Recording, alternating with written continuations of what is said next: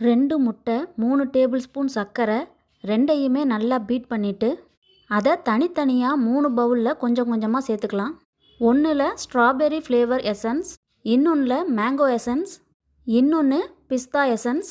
இந்த மாதிரி ஒவ்வொரு பவுல்லையும் வெவ்வேறு எசன்ஸ் சேர்த்து நல்லா மிக்ஸ் பண்ணி எடுத்து வச்சுருக்கேன்.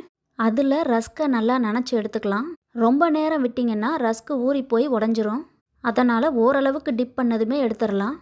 பேனில் பட்டர் சேர்த்துட்டு பட்டர் மெல்ட் ஆனதும் ரஸ்க்கை நல்லா பொரித்து எடுத்துக்கலாம். ரஸ்க்கை முட்டையில் ஊற வச்சதுனால சாப்பிட்றதுக்கு ரொம்பவே சாஃப்டாக இருக்கும். உங்களுக்கு இன்னும் கொஞ்சம் கிறிஸ்பியாக வேணும்னு நினச்சிங்கன்னா இன்னமும் கொஞ்சம் வெண்ணெய் சேர்த்து நல்லா ஃப்ரை பண்ணி எடுத்துக்கோங்க. இது பார்க்குறதுக்கு நல்லா கலர்ஃபுல்லாகவும் பல விதமான ஃப்ளேவர்ஸோடையும் இருக்கும். இந்த மாதிரி ஒரு தடவை வித்தியாசமாக ட்ரை பண்ணி பாருங்கள்.